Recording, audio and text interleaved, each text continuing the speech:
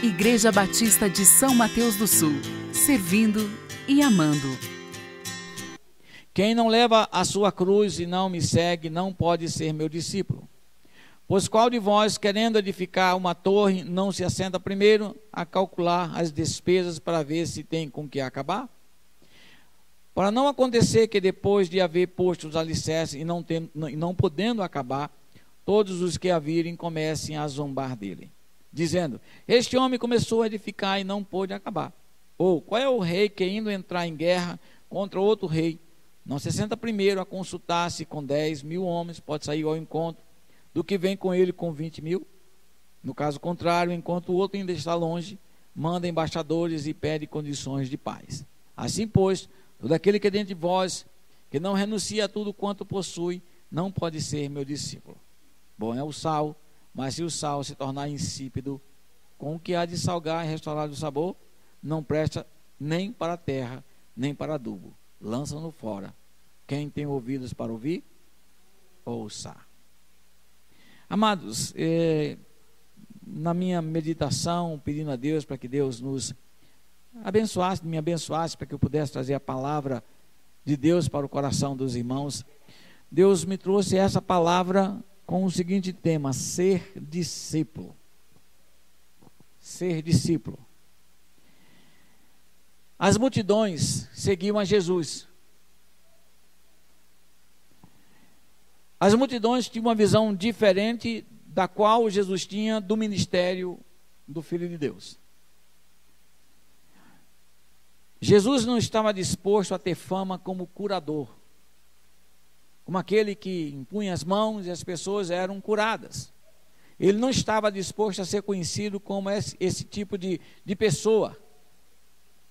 E muitas pessoas que vinham até Jesus vinham com seus problemas de saúde, e Jesus impunha as mãos, Jesus cuspia na língua, Jesus cuspia no chão, Jesus só falava e as pessoas eram curadas. Mas Jesus, ele não tinha como ênfase no seu ministério, como objetivo no seu ministério, a cura. Quando a gente começa a estudar os evangelhos e a vida de Jesus, a gente encontra que Jesus, ele não estava disposto a ser um mestre, aquele que ensinava. A gente olha Nicodemos chegando até a presença de Jesus e chama Jesus de mestre, de rabi. A gente vê aquele jovem chamando bom mestre, aquele mancebo de qualidade. Então, eles tinham uma visão, essas pessoas, que Jesus tinha como ênfase no seu ministério o ensino da palavra, da lei, uma nova visão de como explicar a lei, de como viver a lei. Então as pessoas tinham essa visão, e Jesus não tinha essa visão. Quando a gente estuda a vida de Jesus, ele deixa bem claro. Já outras pessoas olham para Jesus como o exorcista do momento. Quem é esse? Que os demônios lhe submetem. Diz: sai e não volte mais, e os demônios saíram e não voltavam mais. E até acusaram Jesus de fazer parte lá com o reino das trevas. E Jesus falou: opa, para, não é bem assim não, filho. A gente vê bem claro que Jesus, ele vai exercendo o seu ministério, e as pessoas têm essa visão diferente, e ele vai tentando mostrar o que ele veio fazer. Mas também ele não era, conforme algumas pessoas pensavam, que Jesus era o libertador do Império Romano. Inclusive dentro dos próprios discípulos. Quando Jesus, depois de ressuscitar, antes de subir aos céus, ele se reúne pela última vez com seus discípulos, e ele diz: olha, vocês ficam em Jerusalém até vocês receberem o poder do alto, para serem minha testemunha em Jerusalém, na Judeia, na Samaria, até os confins da terra. Aí os discípulos perguntaram: e agora que o Senhor vai restaurar o reino de Israel?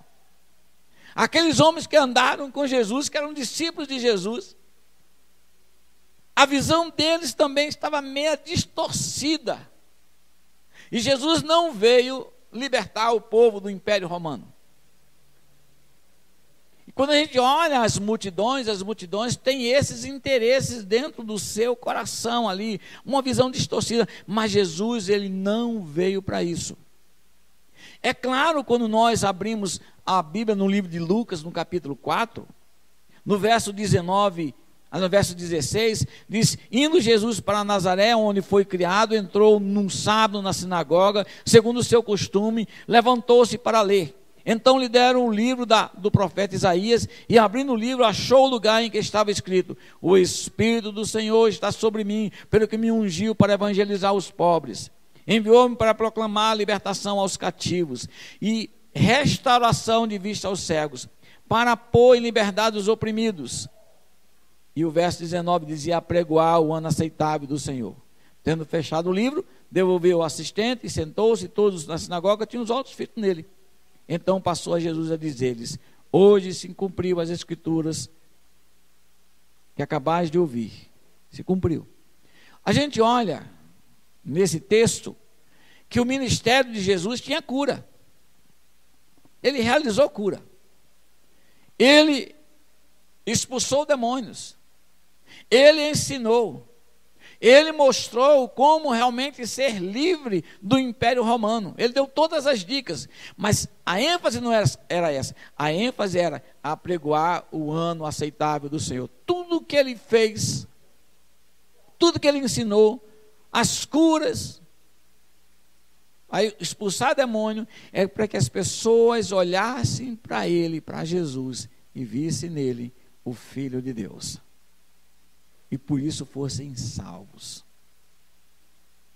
Essa era a ênfase de Jesus, esse era o motivo. Os milagres, o exorcismo, o ensino, não era o fim, era o meio. Eu quero que os irmãos entendam isso. E aquelas multidões que seguiam a Jesus, elas tinham uma visão distorcida. Nós já falamos isso aqui há uns domingos atrás. As pessoas procuravam Jesus para resolver os seus problemas, depois de ter resolvido os problemas, ir embora. Muitas delas. Mas muitas não, olhavam para Jesus com interesse sincero e verdadeiro. Alguns não tinham, e depois de conhecer a Jesus, a sua visão foi mudada. E declararam que Jesus era o Messias, adoraram ele, se postraram diante dele, reconheceram quem ele era. Mas Jesus, ele não veio para as multidões. Ele veio para os seus discípulos. Ele não veio querer que toda a humanidade seguisse ele. Ele quer isso, mas ele sabe que nem todos vão crer. Aí Jesus, aquelas multidões seguindo ele, ele para e diz para elas: olha, eu quero dizer para vocês, seja meus discípulos. Aqui está o cerne da mensagem de Jesus, o centro da mensagem de Jesus. Quando nós vamos lá em Mateus capítulo 28, ele diz: vão por todo o mundo, pregue o evangelho, quem crer for batizado. Eu quero que vocês ensinem e façam discípulos. Mas o que é um discípulo, segundo a visão de Jesus? Nesse texto, pelo menos a gente vê três áreas importantes de ser discípulo. Na multidão que procuram a Jesus, e no dia que Jesus voltar, muitas delas vão dizer: Jesus, eu não fiz milagre em teu nome. Jesus, eu não fui na igreja X, Y, H, não fui na célula tal, eu não preguei na igreja tal. Ele vai dizer assim: eu não vos conheço, porque não são discípulos. Fazem parte da multidão. Ser discípulo, no verso 26 do texto que foi lido, Jesus diz assim: se alguém vier a mim e não aborrecer a seu pai e mãe e mulher e filhos e irmãos e irmãs e ainda a sua própria vida, não pode ser meu discípulo. Fazer parte da multidão é fácil, fazer parte dos discípulos, não. Não é fácil ser discípulo de Jesus. Nesse verso, é interessante que Jesus coloca uma condição muito séria, muito importante para aqueles que desejam ser discípulos. Nesse texto que lemos de 25 até o verso 33, aparece pelo menos várias vezes, pelo menos 3 vezes: não pode ser meu discípulo. Essa palavra não, esse advérbio de negação que aparece aqui No grego, na língua original, existem duas palavras para não. Uma é mer, que é um não simples. É quando o seu filho diz, mãe, eu posso comer, você diz não. Mãe, eu posso pecar, aí você diz não. Esse não, quando ele diz que é pecar e você diz não, é um não enfático, um não absoluto, que é ou. E você não quer que seu filho faça uma coisa errada, mas comer não é a hora de comer agora. Ou então na hora que é a hora de jantar, ele quer chupar um sorvete, né? Antes do almoço, comer a sobremesa antes do almoço. Você diz não. Aí quando você, nesse caso, se você fosse um grego, você usava o me. Quando você queria dar uma ênfase, uma coisa absoluta, a pessoa usava o ou. E aparece aqui, se alguém vier a mim e não, esse não é ou, enfático. Aí eu fui mais um pouquinho tentando entender o texto. Jesus diz, de maneira nenhuma, se alguém quer ser meu discípulo, não aborrecer. O que é aborrecer? O que é interessante, duas coisas com relação ao verbo, ele está no presente e no indicativo, que dá a ideia de continuidade. Não é somente um fato em si, mas uma ideia de continuidade. Tem que aborrecer e continuar aborrecendo todo dia, toda hora, todo momento que for confrontado, tem que aborrecer. A ideia é essa. Não é somente no momento agradável que eu vou aborrecer, mas é todo momento, a ideia de continuidade.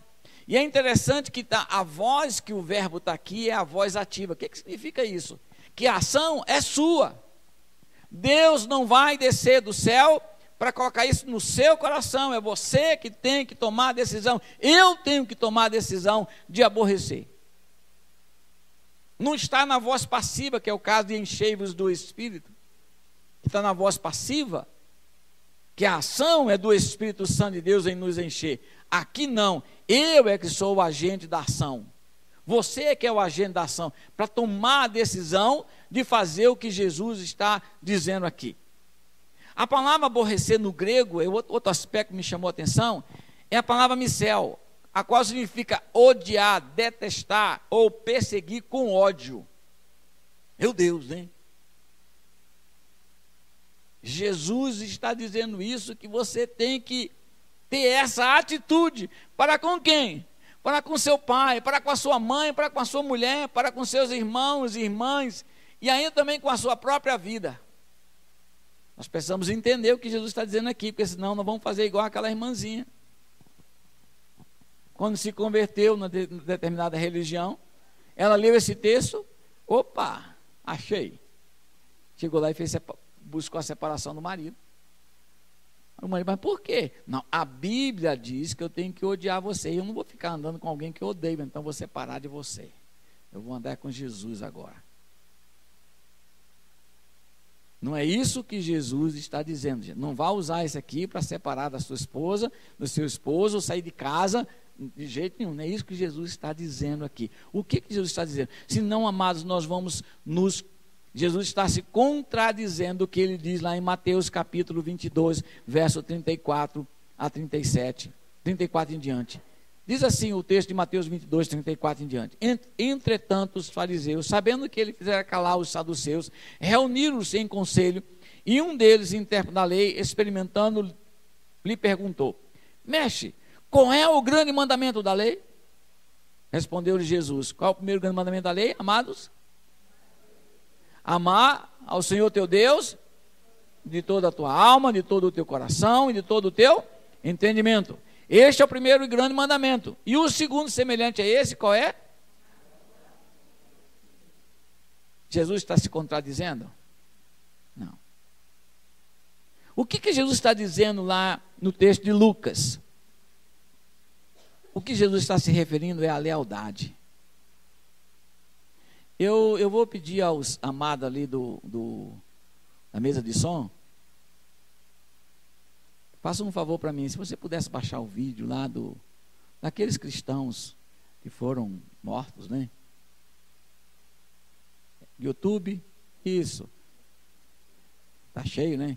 Se for possível, acho que o mais pequenininho é aquele que está na piscina, que eu acho que é o primeiro, né? Alguns já viram, é só um pouquinho só, para os irmãos verem aqui. O que Jesus está dizendo aqui com relação a aborrecer? Amados, nós não entendemos isso, mas o judeu entendia isso bem claro. E o muçulmano também, nos dias atuais, entende isso. Eles entendem isso. Porque quando um muçulmano se converte ao cristianismo, ele pode ser ladrão, ele pode ser adúltero, ele pode ser ele pode usar droga, pode fazer um monte de coisa que vão passando a mão por cima. Mas a partir do momento que ele diz, eu sou de Cristo, a família tem, debaixo da lei do Alcorão, tem todo o direito de matar aquele que se converteu.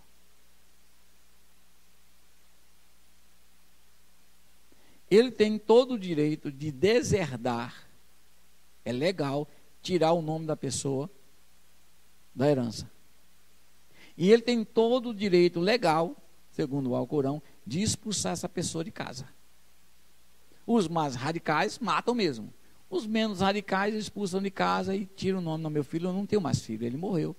E de fato ele morreu. Começou uma nova vida em Cristo Jesus. Quando Jesus diz, você não aborrecer o seu pai, a sua mãe, quando as pessoas se convertem, chegam em casa e dizem, me converti, mãe. Aqui na cidade já aconteceu, várias pessoas que vieram aqui para a igreja, chegaram em casa e disseram para a mãe, ou então a mãe ficou sabendo que veio aqui na igreja batista, não, minha filha, você não vai para lá não, deixa eu morrer primeiro, depois você faz o que você quiser, não traga essa tristeza. Aí o que a pessoa fez? Abandonou a fé e ficou ao lado da mãe. Ela não viveu isso aqui. É isso que Jesus está dizendo. Vocês que são jovens, quando os colegas de vocês assim, você não está namorando? Você não está dando uns amassinhos por aí? Que negócio é esse? Todo mundo faz isso?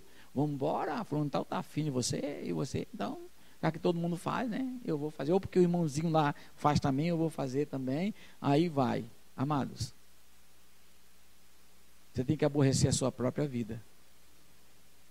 Vocês estão entendendo? É nesse momento que você diz, não, peraí, eu não vou fazer isso, mas eu vou obedecer a Deus. E quando você obedece a Deus e não obedece aquelas pessoas, em outras palavras, você está dizendo assim, eu amo mais a Deus. É isso que nós precisamos entender.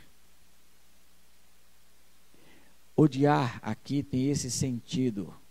E muitas vezes, amados, nós deixamos de obedecer a palavra de Deus por amor aos parentes. Deixamos de ler a palavra de Deus por amor aos parentes.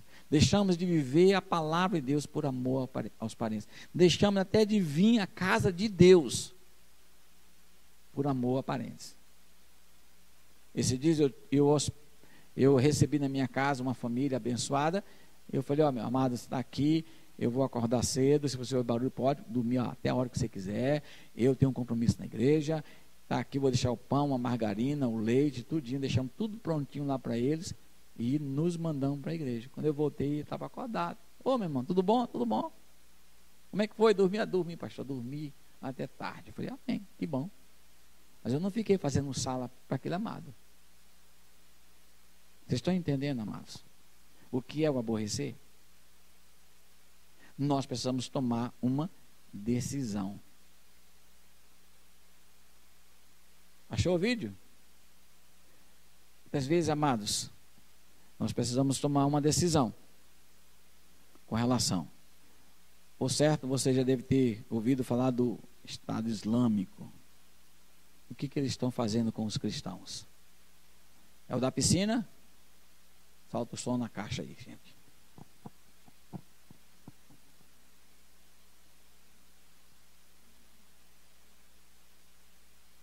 Do início, né?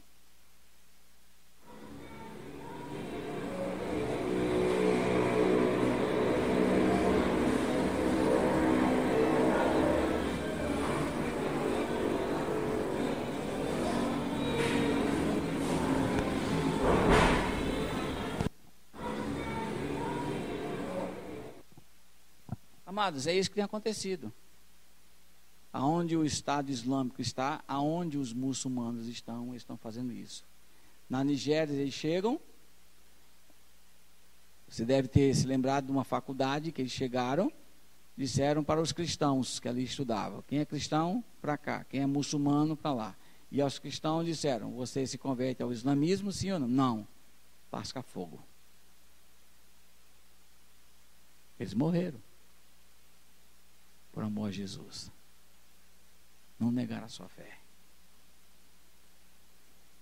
Amados, nós precisamos entender o que Jesus está dizendo aqui. Não aborrecer a sua própria vida, não amar a sua própria vida, a tal ponto de assim, não, eu não renuncio.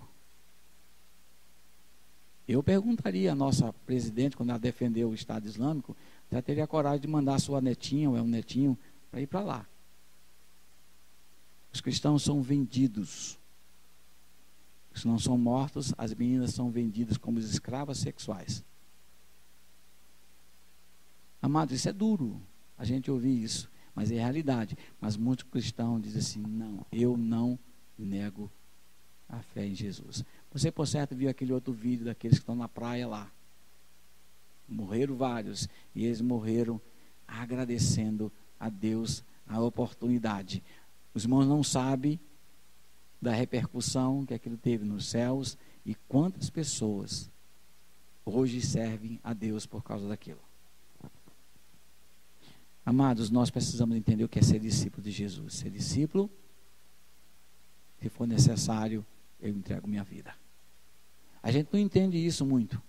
Com esses vídeos que estão mostrando, a gente começa a entender o que aconteceu na primeira geração de cristãos. Ser discípulo é algo sério. Fazer parte da multidão, qualquer um faz. Mas ser discípulo é compromisso de vida. Mas Jesus, ele vai mais adiante. Ele vai cercando mais, apertando mais, e diz no verso 30, no verso 27, quem não leva a sua cruz e não me segue, não pode ser meu discípulo. Primeiro tem a ver com o meu relacionamento com as pessoas. Agora tem a ver comigo. Amados, algum tempo atrás nós oramos aqui na igreja e Deus ouviu o nosso clamor. Nós começamos a pedir para que na igreja Deus quebrasse no meio da igreja aqui. E Deus tem quebrado isso, eu vi que Deus quebrou. De jovens gerarem filhos fora do casamento. Algumas se afastaram de Deus. Mas se os irmãos notarem, foi quebrado isso. As filhas dos irmãos não estão fazendo coisas erradas por aí, como outrora a gente via fazendo. Graças a Deus, nós oramos, Deus quebra. Teve uma época por exemplo, 51% das mulheres da igreja casaram depois de terem filhos. Ou tiveram filhos, né? Alguns tiveram filhos do casamento. Uma imensidão das mulheres da igreja. E foi quebrado isso. Meu irmão, nós precisamos orar. E eu estou vendo, amados, que nós precisamos levantar um clamor. Eu vou pedir ao Ministério de Intercessão, e nós como igreja levantarmos um clamor, para nós orarmos para um outro objetivo. Pessoas que têm vindo aqui para a igreja, entram na igreja e tiram algumas pessoas da igreja. Já aconteceu algumas vezes. Algumas pessoas vêm para a igreja e daqui a pouco alguém, por causa de namorada, a pessoa se afasta da casa de Deus. E nós vamos ter que orar para que isso não aconteça mais.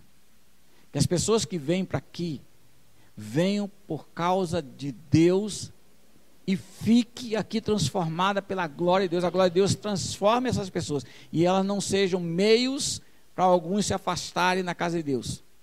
Para que a igreja possa acolhê-lo e eles possam mudar, não por causa de nós.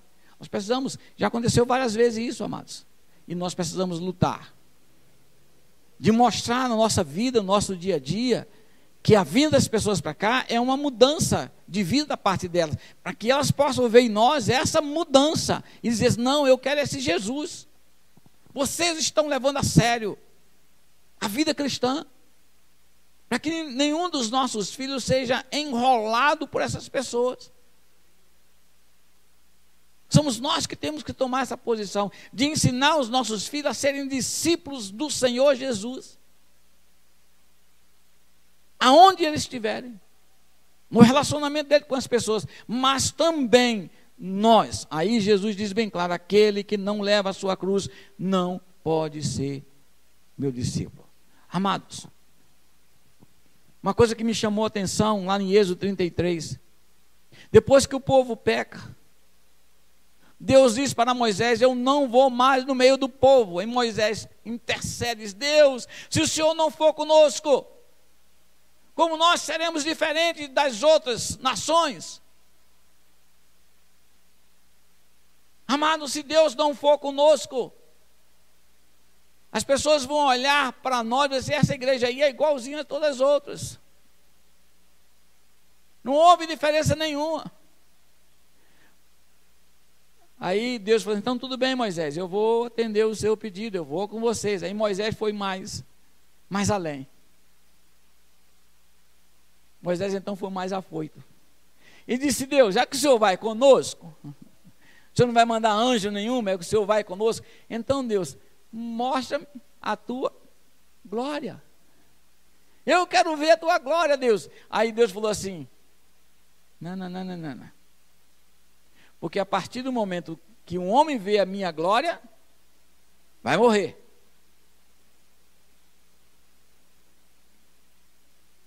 Deus só mostrou de relance assim a glória dele. E o rosto de Moisés, toda vez que ele entrava na presença de Deus, o rosto dele resplandecia. Amados, o nosso rosto tem que resplandecer quando nós saímos do nosso momento de oração, quando nós saímos daqui da igreja indo para casa. Quando você for na célula, seu rosto tem que resplandecer, porque a glória de Deus tem que se manifestar ali. Agora é interessante que muitos não querem ver a glória de Deus. O David Keelan escreveu uma música, eu acho que é dele, eu não sei quem é, mas ele canta: Senhor, quero te ver, quero te tocar. E nós cantamos, dizendo: queremos te ver, Deus. Aí Deus: quer mesmo? Está disposto a morrer? Não, peraí, Deus. Não, para um pouquinho aí, Deus. Eu não quero morrer não, Deus. Eu quero continuar vivo. Quando Jesus morreu naquela cruz, aconteceu algo lá no templo. O véu que separava rasgou de cima para baixo, significando, amados, que nós podemos entrar na presença de Deus. Agora, nós não podemos entrar na presença de Deus de qualquer jeito, de qualquer maneira. Eu tenho Jesus, eu vou entrar. Espera aí, não é bem assim não. Na sala do trono, a situação é bem diferente. Deus é santo. E só tem comunhão com Ele santo. É interessante que nós precisamos entender isso. Paulo entendeu isso. Aí ele diz assim: já estou crucificado com Cristo. Não vivo mais eu, mas Cristo vive em mim. Paulo diz assim: eu morri para mim mesmo. Não vivo mais eu, mas Cristo vive em mim. Será que você está vivo ou você está morto? Será que você já experimentou da graça de Deus sendo transformado? Você tem esse direito de morrer. Paulo entendeu isso. Ele disse: eu morri. Você morrer para você mesmo, morrer a sua vontade. Hoje está tão bom, eu não vou para a igreja. Não, eu vou porque eu quero ter comunhão com Deus e com os meus irmãos. Eu vou para a célula. Eu vou tomar essa decisão, não é mais a minha vontade, mas a vontade de Deus. Tem um pregador, pastor Josafá, ele é da igreja presbiteriana. Há muito tempo ele pregou uma mensagem que eu escutei, e eu assisti essa mensagem várias vezes, e ele diz assim: amados, tem muitos cristãos dentro da igreja, estão vivinhos da Silva. Quando a sua vontade bate contra a vontade de Deus, que vontade prevalece? A sua ou a de Deus? Não, depende, pastor. Depende da situação. Não tem isso. Jesus diz bem claro, não, enfático, absolutamente, pode ser meu discípulo. Isso é algo sério. E em terceiro e último lugar, Jesus coloca a terceira condição de ser discípulo. Lá no verso 33, ele diz assim: assim, pois, todo aquele que dentre vós, que não renuncia a tudo quanto possui, não pode ser meu discípulo. Aqui é uma outra área, é a área das finanças. Amados, como o pastor está aqui na frente, ele vê muitas coisas. E os irmãos estão aí, quando acontece alguma coisa que o pastor não gosta, o irmão vê que o pastor não gostou, porque o irmão já conhece o semblante do seu pastor. Não é assim? Quando eu chego em casa, a minha esposa assim, você não gostou daquilo, eu vi lá, aquela microfonia do microfone lá, se você pudesse ver como você ficou, meu Deus, misericórdia. Ainda bem que o irmão do som lá, não precisa usar óculos, não viu, né, que é bastante distante, né. Amados, eu quero dizer para você, o que eu vejo muitas vezes, quando eu cito que teve igreja, teve irmãos que doaram carro, casa, apartamento, doando na igreja, eu vejo alguns irmãos se fechando na hora. Pum. No meu bolso não vai mexer. É meu. Foi eu que trabalhei. Eu que me esforcei. Não faço. Amados, se eu sou um discípulo de Jesus e você é um discípulo de Jesus, o carro que você tem, está no seu nome, não é seu. É do Senhor Jesus. E se ele pedir o carro, pastor, eu trabalhei, foram 5 anos para pagar esse carro, você não sabe como foi. Para eu chegar e pegar o documento, assinar e colocar no nome da igreja. Ele chegar e dizer assim, está aqui, pastor, Deus falou no meu coração, o carro é da igreja, venda, faça o que vocês quiserem. Ou então você pegar a sua televisão que você acabou de comprar, a novinha, você chegar e vender. Ou você está com dinheiro na poupança lá, investiu lá, e você diz assim, pastor, está aqui, eu abro mão disso aqui. Amados, não é fácil, mas se você é de Cristo, se você é um discípulo, e Deus pediu, você dá, porque não é seu. Porque a partir do momento que você se torna um discípulo, você renunciou a tudo quanto você possui. Tudo. Tudo é tudo. Eu não estou pedindo nada que o irmão dê nada para a igreja. Tá? Eu já contei de um pastor que a igreja precisava comprar um determinado patrimônio. O pastor falou assim, eu dou o meu apartamento, porque acabei de pagar a última prestação. Vou morar de aluguel. E ele doou. O outro deu isso dentro do culto, a igreja conseguiu, dentro de um culto, a igreja conseguiu 1 milhão para comprar o lote que eles precisavam. Os irmãos já devem se lembrar da história da igreja Shalom. O pastor chegou e disse, Deus está falando que 10 pessoas vão dar um carro aqui, e o primeiro é o meu. Foi lá e deu o carro dele para a igreja. E os outros deram. Aquele carro que foi dado ali, aquele dinheiro foi usado para comprar o patrimônio que eles têm hoje lá. Primeira parte do patrimônio ali. Porque eles entenderam, como discípulos do Senhor, que precisavam renunciar. Amados, nós muitas vezes morremos com os nossos parentes. Dizemos, não, eu vou amar mais a Deus do que você. Mas eu vou obedecer a Deus, eu vou para a igreja, eu vou servir a Deus. A gente muitas vezes, isso aí é difícil, mas nós fazemos.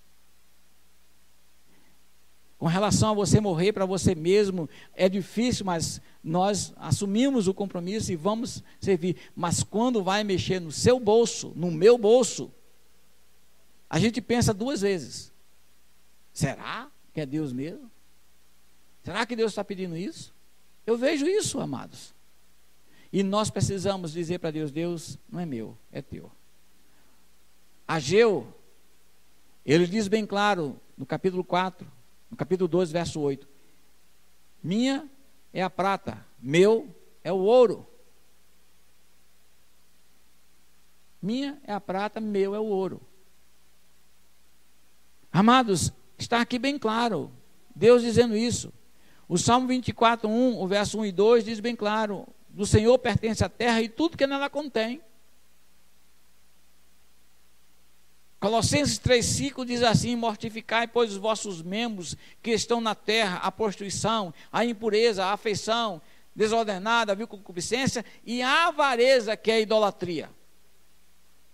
No livro de 2 Pedro 2,14, Pedro escreve dizendo: tendo os olhos cheios de adultério e não cessando de pecar, engordando as almas inconstantes, tendo o coração exercitado na avareza. E ele termina dizendo: filhos da maldição. Então a avareza quer dizer você segurar, reter os recursos que estão na sua mão para abençoar. Isso é avareza. E ele diz bem claro: filho da perdição, idolatria. E o irmão sabe que os idólatras não entrarão no reino dos céus. Amados, nós precisamos quebrar esse jugo que o inimigo colocou sobre nós. Lá no encontro, o Léo estava falando sobre finanças. Os irmãos que estavam lá aprenderam. Pelo menos 2 palavras ele repetiu, o pessoal colocou no coração e outras lá eles guardaram. Eu primeiro guardei 2. O recurso que está nas suas mãos deve ser usado de 2 maneiras: fidelidade e generosidade. Amados, você é discípulo do Senhor Jesus. Você já abriu mão? Você já renunciou a tudo quanto tem? Tem um cântico que há muito tempo nós cantávamos nas igrejas, não é do cantor cristão, nem do inário. Ele dizia assim: quando tudo deixares no altar. Nós precisamos colocar tudo diante do altar de Deus, assim: Deus é teu. Deus é teu, Deus, não é meu. Amados, o que Deus vai pedir de você, eu não sei. O que Deus vai pedir de mim, eu não sei. Mas eu digo para você que Deus vai mover o sobrenatural para abençoar a sua vida. Se Ele pediu algo, tem uma razão. Se lembra lá de Abraão? Com relação ao seu filho. Deus pediu o filho, que o filho está ficando no lugar de Deus. E Deus falou: me dá o filho. Ele foi lá. E foi lá. E foi sacrificado. Deus falou: não dê não. Não sacrifique. Porque eu vi a intenção do seu coração. Você me ama mais. Você está disposto a mais me obedecer do que esse filho. Você não precisa matar ele. Mas muitas vezes Deus vai pedir coisas que está ficando no lugar de Deus. Se você é discípulo, você abre a mão. Se você não é discípulo, você não abre a mão. Simples. Bem simples. Jesus diz bem claro nesse texto aqui: antes de você disser que vai me seguir, você pense 2 vezes. Disse para aquela multidão: olha, eu quero dizer para vocês, não seja como aqueles que vão para a guerra e vai para a guerra e não sabe como é que vai para a batalha. Mas o sábio, ele entende o que é. Aquele que vai construir uma casa tem que saber o quanto de dinheiro tem. Em vez de construir uma casa de 10 quartos, quando dá para construir somente uma de 2, é preferir construir uma de 2 e depois aumentando conforme as condições do que construir e todo mundo passar assim, está vendo lá? Construiu uma casa, não teve condições de terminar. Ser discípulo de Jesus é algo muito sério. Muitos querem servir. Quando olham para esse texto, diz: opa, parou, eu não quero. O estrago é muito grande. Deus está chamando você para ser um discípulo, não um membro da igreja. Ser discípulo do Senhor Jesus. Ser discípulo do Senhor Jesus é isso. Ser discípulo é algo muito, muito, muito sério na nossa vida. Para Jesus não existe meio discípulo. Ele diz: ou você é quente ou é frio. Ou nós servimos a Deus, ou nós servimos a Mamon. Quem de fato nós somos? Vamos orar. Pedir a Deus que Deus nos abençoe. Para que Deus ministre no nosso coração, no seu coração. Para que você possa entender o que é ser discípulo do Senhor Jesus. Talvez você possa dizer, pastor, essa palavra é muito dura, pastor. Mas é a palavra de Deus, amado. É a palavra de Deus. Deus quer ministrar no seu coração nessa noite. Amados, quantos poderiam estar hoje aqui?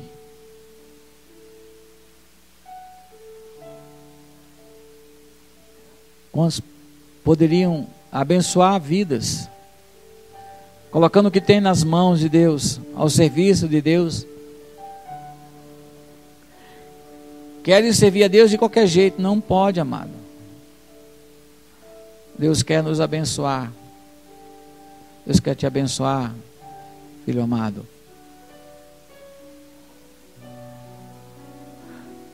Senhor nosso Deus e Pai, essa tua palavra, ó Deus, que vem do teu coração para o coração da tua igreja, que nessa noite, ó Deus, o Senhor não permita ele voltar para casa do mesmo jeito, Deus. Que essa tua palavra, ó Deus, seja colocada na boa terra, Senhor, que é o coração dos teus filhos, ela possa frutificar a 30, a 60 e a 100, para que as pessoas possam olhar para nós, ó Deus, e vejam, Deus, que somos verdadeiramente teus discípulos. Ó Deus, as pessoas estão desejosas, estão buscando isso, Deus. E muitas vezes não encontram em nós, no meio da tua igreja, no meio do teu povo, Deus, porque nós estamos envolvidos em tantas coisas e se esquecemos do primordial, do principal. Queremos nessa noite, ó Deus, te buscar de todo o nosso coração. Pedir perdão, Deus. Queremos escolher, ó Deus, a melhor parte, que é estar contigo. E quando nós estamos contigo, ó Deus, nós vamos experimentar da tua glória mais e mais. E quando nós saímos, ó Deus, da tua presença, para a nossa caminhada do dia a dia, eu sei que o Senhor está conosco todos os dias, mas nós quando saímos, ó Deus, para nos relacionar com as pessoas vão ver um brilho diferente, um sorriso diferente, um agir diferente, que nada mais é do que a tua presença, Deus. Os nossos filhos, Senhor, precisam ver em nós que somos discípulos. Porque senão, Senhor, eles vão vir para a igreja só por obrigação, por religiosidade. E o Senhor não quer isso. Ministra, Deus, no nosso coração, porque nós precisamos de Ti, Senhor. Fala conosco, Senhor, porque nós precisamos. Em nome de Jesus. Em nome de Jesus, Senhor. Em nome de Jesus, Senhor. Amém, Senhor. Amém, Senhor. Amém, Senhor. Amém. Amados, que Deus abençoe. Vamos nos multiplicar por setores. A irmã Gilma não pode estar presente hoje, não está bem de saúde.